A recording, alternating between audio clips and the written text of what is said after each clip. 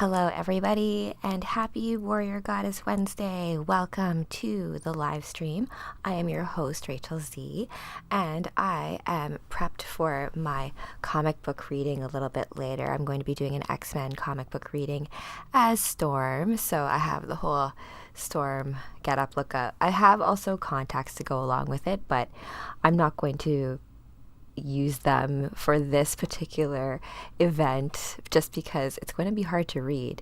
But that is not the topic of tonight's talk. Tonight's talk, we are going to talk all about the Orishas or Orishas, however you want to pronounce it. I think it's Orisha.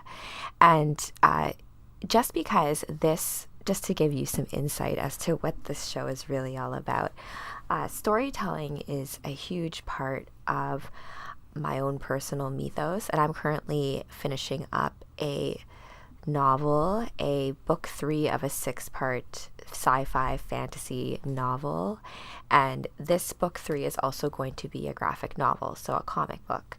And in doing that, I, of course, when you're doing anything creative, and especially since I was in the corporate world for a very long time, I forgot how to write creatively and go into that space of figuring out things like time travel and different timelines and magic and logic and things that are happening in other books, and because the book is a character in this as well.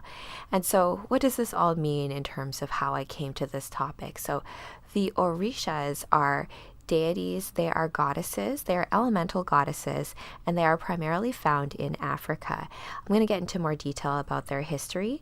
And then the reason I'm so interested as well is because 2 of my girls in the Dragon Warriors, because my Dragon Warriors are based on real people, you may have heard from some of them on my Truth, Beauty, Freedom, and Love show and some of their stories. But I asked each of my Dragon Warriors, all the girls, to give me who they thought a guide goddess. So in my case, I am very close to Isis. I work a lot with Isis as well as Freya. And so just different goddesses, different aspects. Like if you think of even Venus in astrology, she has many different names. Isis has many different names. And it's because they're embodying the ineffable. They're embodying certain aspects and ideals that are not able to be, it's hard to kind of do that in this like 3D density space. So they both, Pastel and Joanne, hey, if you guys are watching this, both brought up Oshun. And Oshun is an Orisha, is one of the Orishas. And Oshun is I would say she's like a mother goddess. We'll get into each one of them and their symbology in a quick shake. And before I do, if you find my content useful, entertaining, or all of the above, please give me a like, share, and subscribe. Ever so appreciate it. So without further ado, let's go into my little screen share. I have a few tabs opened up so for us to learn about this. And after this, I'm going to do this presentation hopefully within like 20 minutes or so, and then I'm going to do some last minute updates before I get into the comic book reading for tonight. And I'm organizing all of Gold Suga's stuff so that you can find all of the replays and a lot more of like, the playlists and like the different events, and as well as like the Learn to DJ event that we have coming up. So in-person events, virtual events, anything that we have coming up in the calendar, you should be able to find on Gold Suga TV, including the replay of this episode. And I've also done like past goddesses as well as like goddesses of love, goddesses of war, goddesses of beauty, and sometimes those are all the same. So Orishas, let's go into, this is by Danielle McKay, and it was actually last updated in 2023, so not too long ago. This is a carved ivory vessel that once belonged to a king of Owo by a Yoruba artist. And so Yoruba is the culture that the Orishas, I keep on calling Oshiras, that's not it though, Orishas or Orisas. So the Orishas or the Orisas, I'm going to close this ad. Millions of trustworthy, No, oh my gosh, qualified experts. Wow, I don't want any ads here. You have to pay me for that. Okay, so the Orishas or Orishas are essentially the gods of the Yoruba pantheon. And I remember when I did the moon goddesses, we talked about the Filipino pantheon. So I am half Filipino. My mother is Filipino. My father is South African. And so I feel a lot of that part of the world as well in my genetic lineage. So, however, the term Orisha cannot be easily defined. They are not merely deities. Instead, an Orisha is a complex, multi-dimensional unity linking people, objects, and powers. There are more than 400 Orishas in total. The precise number varies depending on the source. Each Orisha is involved in daily human life. Now, when I was saying about gods and goddesses and mythologies as being like these clues within stories that hold intel for us in terms of like daily human life and like purpose in life and all that kind of stuff. So each Orisha is involved in daily human life in some sort of way, and they're often called upon for assistance in navigating problems, both large and small. Naturally, some of these gods occupy a more prominent position in Yoruba religion than others. So, of course, there's different importances, which is why you have like some gods that are more popular than others depending on the aspects that they represent and the domains of which they rule over. And so, Orisha, it's actually Orisha. So I'm gonna encode that right now so that when I talk later, because if I think about Storm in X-Men, that energy and be able to wield the elements, Storm, it's herself. We're gonna get into that. She would be an Orisha, really, if you think about it. Orisa. Okay, so who is the most powerful Orisha? This is pretty. The Orishas collectively control all of the elements of the universe. However, each individual Orisha's power varies depending on their domain of authority. The most powerful Orisha is undoubtedly the supreme god Olorun, also known as Olodumare.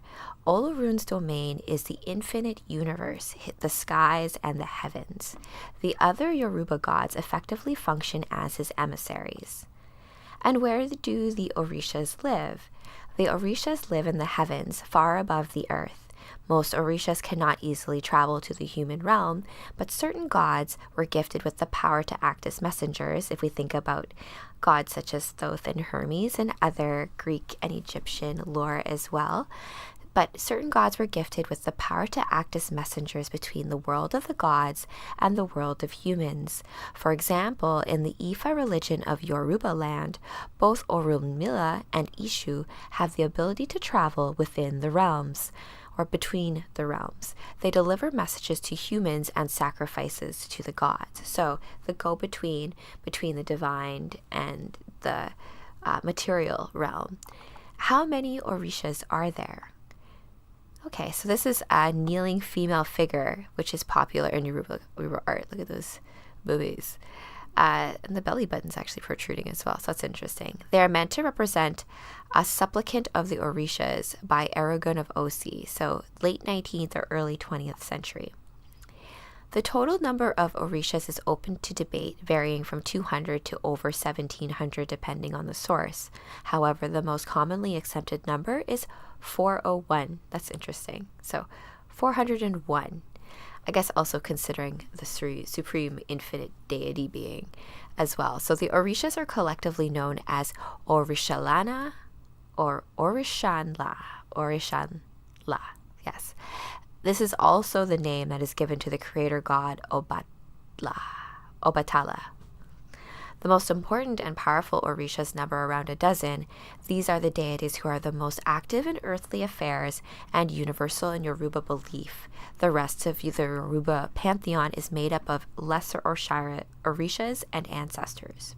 So ancestors become a form of deity as well. Something important to note when you're thinking about like earth magic stuff. So a statuette of Ishu for an altar by a Yoruba artist in the late 20th century. Close this. According to one creation myth, in the beginning there is only one Orisha, the divine spirit, who lived in a house at the foot of a sheer rock wall. He had a slave called Ishu who attended to all of his needs, but Ishu hated his master. So one day, Ishu climbed to the top of a cliff and pushed a large boulder over the edge. The boulder fell on top of the Orisha's house and crushed the divine spirit within. The god shattered into pieces, which were then scattered in all directions by the wind. In this way, pieces of the divine spirit came to be found in all places and found within all living things, including the natural elements. Today, all 401 Orishas, collectively known as the Orishashanla, contain a fragment of the divine. It's an interesting concept. In comic books, they take a lot of this kind of idea as well. This is a cool statue. So, carved breastfeeding woman thought to represent Oduduwa by Yoruba artist. Another creation myth describes the violent birth of some of the most important Orishas. The story begins with Orangan, the son of Yemaya, and her brother Ajanu, both primordial deities. One day, Orangan attacked and raped his mother and ended up impregnating her. Yemaya fled from her son in horror in the wake of this horrific act. And while fleeing from him, the goddess tripped and fell. Suddenly, 16 Orishas were born from her pregnant belly. These included Olukun, the ocean, Osha, the lagoon, Shango, thunder, Oshun, Oya, and Oba, Shango's 3 wives, Ogun, iron, Oko, the farm, Ajay, wealth, the sun, the moon, and Obalu Aye, disease, among others. So it's kind of interesting how all aspects, like the good and the bad, if you look at even the muses, there is a muse of tragedy, right? There's a muse of comedy and a muse of tragedy. So not to say that that's the same thing as disease per se, but there's a level of like, there's no, even when we talked about the petroforms last time, this idea of like good and bad is not like a thing in the natural world. There's just things in their cycle and things in their place. Here we have a list of notable Orishas. The Yoruba pantheon contains hundreds of Orishas, and together they created the universe and the human race, and all remain involved in the humans' daily lives. Each Orisha had their own significance for the Yoruba people, although the precise worship and importance of the individual Orishas varies across Yoruba land. The most notable Orishas are those connected with fertility for both human and agricultural. So the same, like being able to have a baby and also having your crops be fertile as well, are related. Also, like how our bodies are also related as an extension symbolically of the earth itself. And when we think of Astro, Taurus, which is the body, also is attributed not just to finance and resources in that way, but the resource of your body too. This is a brass bust depicts an unknown Yoruba king. So this gets into, I think, some popular ones. I want to see if, let's look at Yemaya, because this is Warrior Goddess Wednesday. So sorry, gods, I'm going to have to put you're on a different day to talk about your stuff. Because even in Astro, there's only 2, I shouldn't say only, but the 10 major luminaries that you deal with in an Astro, really it's the moon and Venus that are the goddesses, and Earth, if you want to consider that as well.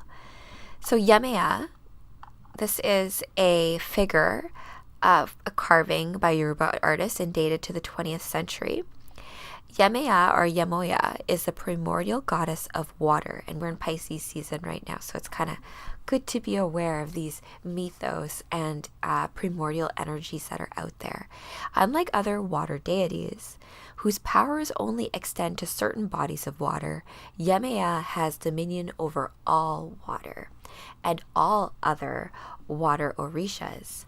In fact, she is revered as the mother of all Orishas. Oh yeah, Yemaya is predominantly a goddess of fertility and childbirth, and as such, her worshippers are mainly female. They believe that the water from Yemaya's oceans and rivers has the ability to heal infertility. Yemaya is also a protector of women during the act of childbirth. Nice.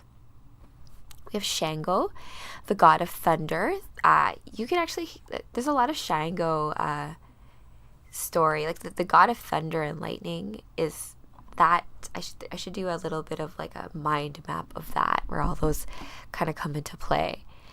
Oshun. Let's talk about Oshun, because this is the goddess that is the guide goddess, or involved in two of my ladies. And she's, when I think of water too, I do think of dream power, because you're talking about Neptune's domain. You're talking about the unseen, the subconscious. So all of like those types of waters symbolically also play a part when we're talking about more ineffable concepts and archetypal concepts such as gods and goddesses.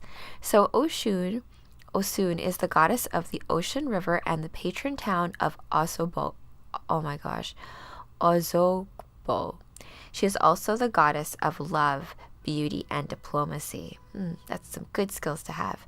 Though primarily known as a peacemaker, Oshun will not hesitate to fiercely protect her followers. That's right.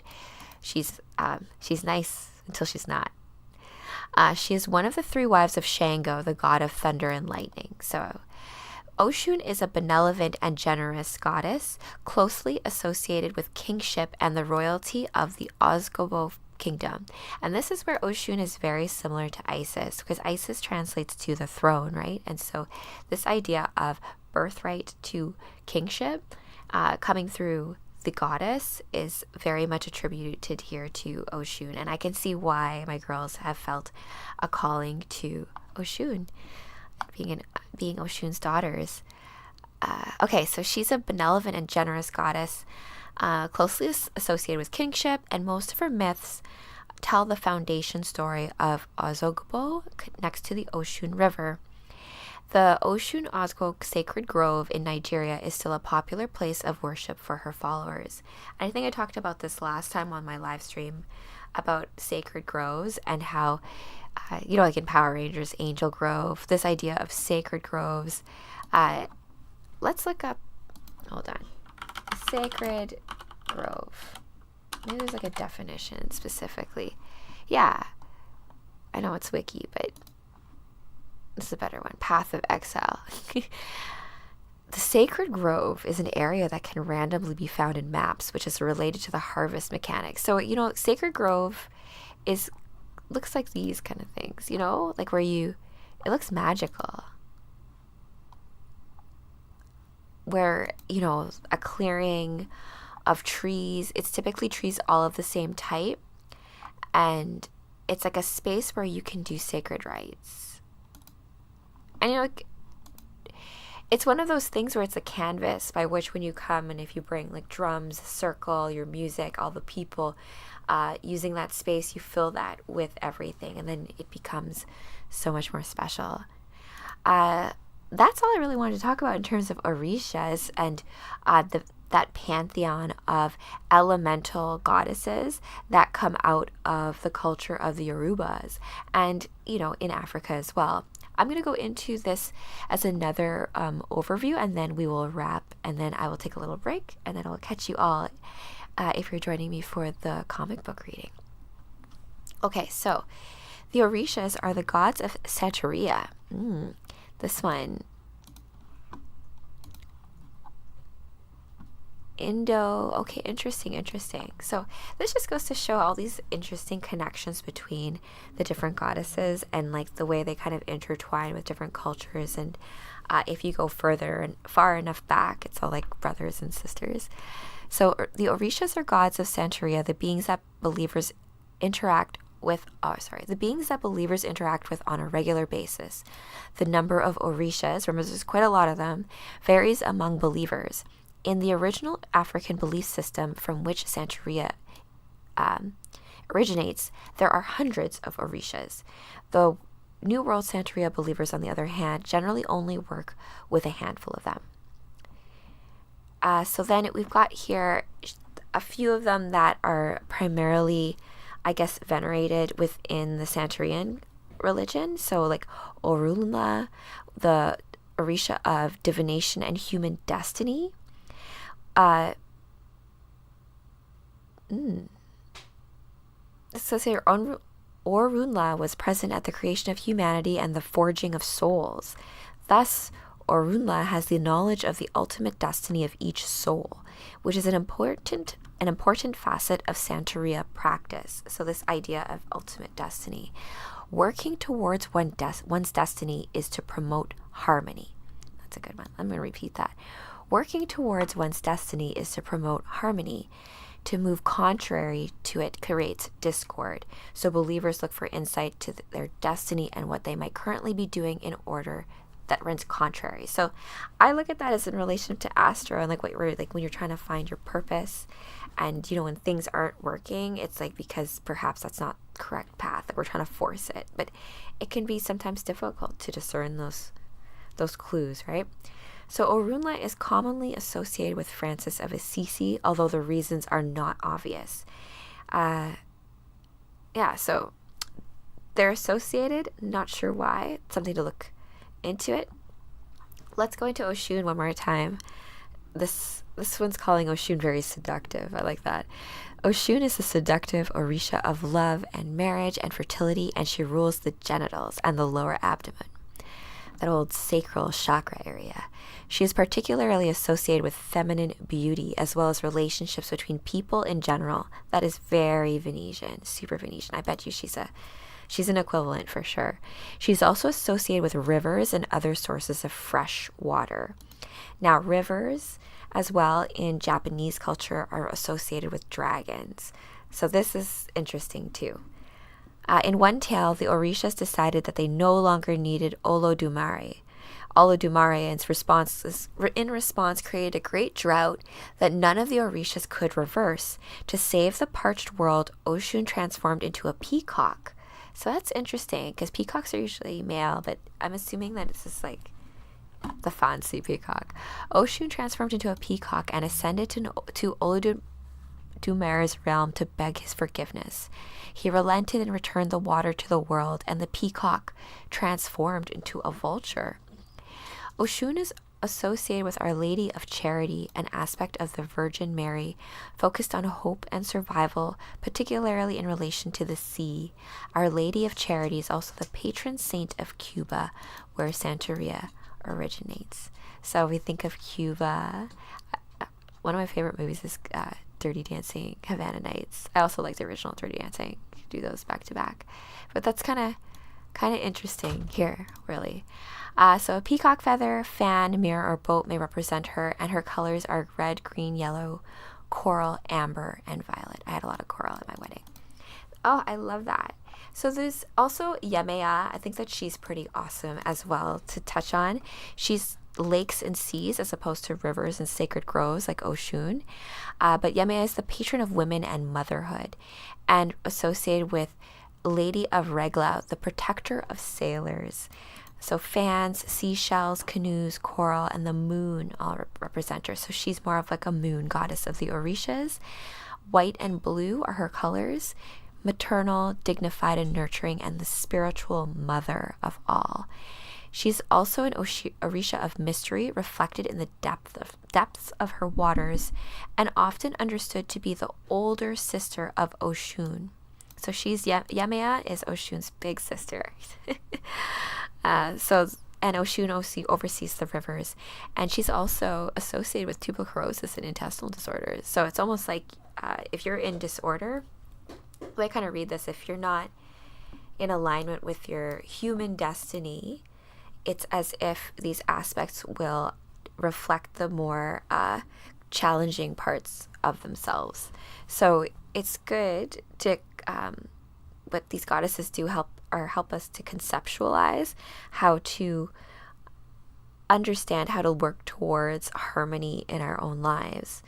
And not that you have to worship the Orishas or anything like that, but it's good to know these stories. It's good to know that the elemental forces of the world are represented in different ways as opposed to what is just like mainstream and out there, and that we as people seeking for meaning in our lives have much more than it seems out there to reach out to and gravitate to. And so with that, I hope you enjoyed this episode of Warrior Goddess Wednesday. We went over the Orishas, who they are, the pantheon, as well as this idea of water goddess energy in the sign of Pisces as we navigate the dream world, deep waters of our subconscious, and learn how to bring all of those dreams and our manifest destiny into reality. So I hope you have a good one wherever you reside in the cosmos. Until next time, starseeds.